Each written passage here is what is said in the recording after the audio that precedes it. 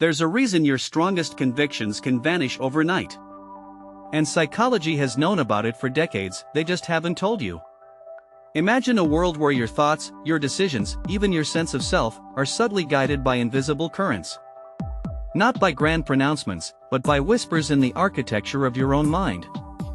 This isn't science fiction, it's the daily reality for many, and understanding it is the first step to reclaiming your autonomy. The question isn't if you're being influenced, but how. We like to think of ourselves as rational beings, captains of our own ships, charting our own courses. But beneath the surface, powerful forces are at play, shaping our perceptions and directing our actions in ways we rarely acknowledge. Consider the case of the Asch conformity experiments. Solomon Asch, in the 1950s, asked participants to judge line lengths. Simple enough. But when placed in a group where others deliberately gave the wrong answer, a staggering 75% of people conformed at least once. They knew the right answer, yet yielded to the group. Why? Because belonging, fitting in, and avoiding social friction often trumps objective reality. This isn't just about lines on a chart. It's about the silent pressure to agree, to conform, to not rock the boat, even when your gut tells you otherwise. The need to belong is a primal drive, and it can be a potent tool for manipulation. But conformity is just one piece of the puzzle. What about the way we process information? Our brains are constantly bombarded with data. To cope, they develop mental shortcuts, or heuristics. These are usually helpful, but they create vulnerabilities. Think about the availability heuristic. If something is easily recalled, perhaps because it's recent, vivid, or frequently heard, we tend to overestimate its likelihood or importance. Media sensationalism thrives on this.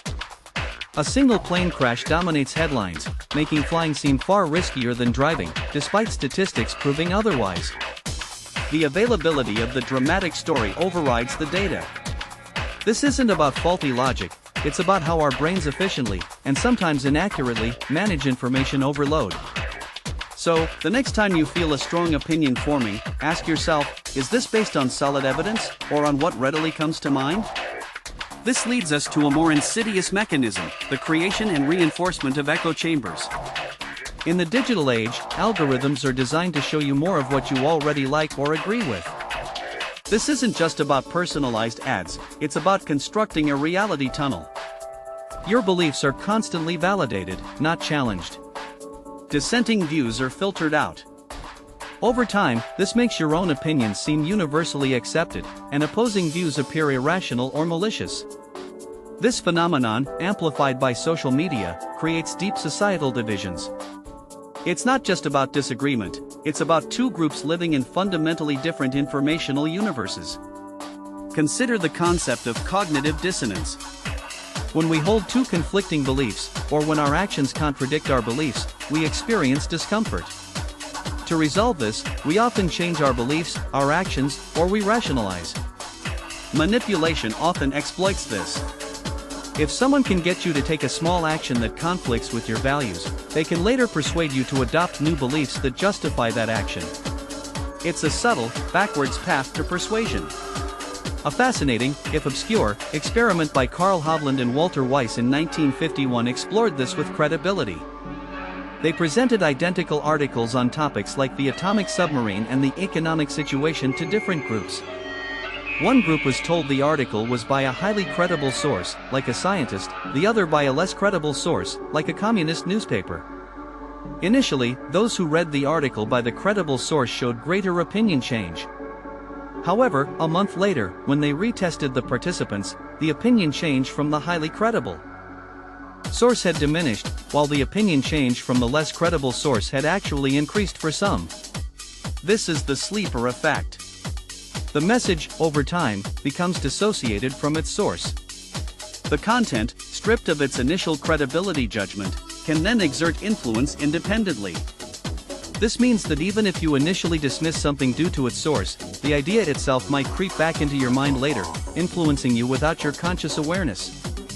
How often do we dismiss information because of who said it, only for the idea to resurface weeks later, feeling strangely familiar, almost like our own thought? This brings us to a more direct, yet still hidden, form of influence, the principle of commitment and consistency. Once we commit to something, especially publicly, we feel internal and external pressure to act consistently with that commitment. This is a cornerstone of persuasion. Think about door-to-door salespeople. They might ask you to make a small, seemingly innocuous promise, like agreeing to put a small sticker in your window. Later, they return asking for a much larger commitment, like a large sign. People who initially agreed to the sticker were far more likely to agree to the sign. Why? Because refusing the sign would create cognitive dissonance. They had already committed, however small, to supporting the cause represented by the sticker.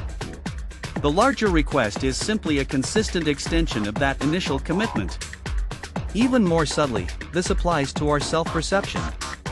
If you can be persuaded to act in a certain way, even once, you might start to see yourself as the type of person who would act that way. This shift in self-identity makes you more susceptible to future requests that align with this new self-image. This isn't about trickery, it's about leveraging a fundamental human desire for internal coherence. We want our actions and our beliefs to align. When they don't, we feel uncomfortable. Manipulators exploit this discomfort. They might get you to agree to a small favor, and then, leveraging your desire for consistency, ask for a much larger one. Another powerful, often overlooked, tactic is the use of presuppositions. These are words or phrases embedded in a sentence that assume something to be true. For example, in the question, "Have you stopped beating your wife?" the question presupposes that you have beaten your wife. The answer, whether yes or no, confirms the presupposition. In everyday conversation, this is used to subtly insert ideas.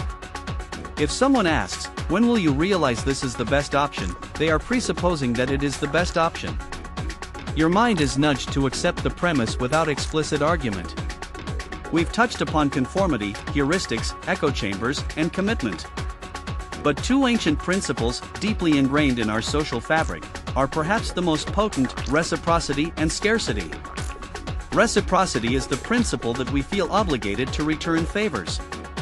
If someone does something nice for you, you feel a need to do something nice back. This is essential for social bonding. But it can be weaponized. A gift, a compliment, an unsolicited piece of information, these can all create an unspoken debt. Later, when the influencer makes a request, you feel compelled to comply, not because you want to, but because you feel you owe them. Consider the Hare Krishna movement in the 1970s. They would approach people in public places, press a flower into their hand, or offer a book. Even if the recipient politely refused, the initial act of giving created a sense of obligation. Many later found themselves pressured into donating money or joining the group. The initial, seemingly harmless, gift was the first step in a carefully orchestrated influence campaign. Equally powerful is the principle of scarcity. We tend to value things more highly if they are rare or difficult to obtain. Limited time offer, only a few left. These phrases trigger a fear of missing out, an urgency that bypasses rational thought. This isn't about the objective value of the item, it's about the perceived scarcity. Think about exclusive clubs or limited edition products. Their desirability is often amplified by their inaccessibility. This principle is used not just in marketing, but in everyday social interactions. A person who is seemingly hard to get, or who only offers attention sporadically, can become more desirable than someone who is consistently available. This creates a cycle of seeking validation from an unreliable source, a subtle form of emotional manipulation. So, what connects these disparate tactics? The common thread is the exploitation of our cognitive biases and innate psychological drives. These aren't necessarily malicious acts. Often, they are learned behaviors, shortcuts in social interaction. But understanding them is crucial. The goal is not to become paranoid, but to become aware. Awareness is the shield. So, how do we navigate this landscape without succumbing to manipulation? It begins with metacognition, thinking about your own thinking. When you feel a strong urge to agree, to buy, to act, pause. Ask yourself, why do I feel this way? Is this my genuine desire, or is it a response to an external pressure? Cultivate intellectual humility. Be willing to be wrong. Actively seek out diverse perspectives, even those that make you uncomfortable. Challenge your own echo chambers by intentionally consuming information from sources that hold different viewpoints. Practice mindful decision-making. Before committing to anything, especially a significant request or a strong opinion, give yourself time. Analyze the information, consider alternatives, and check for underlying assumptions. Recognize the power of your own commitments. Be aware that small concessions can lead to larger ones, and that your self-identity can be shaped by your actions. Don't be afraid to say no, even if it feels inconsistent with a past action. Your present autonomy is more important than past consistency.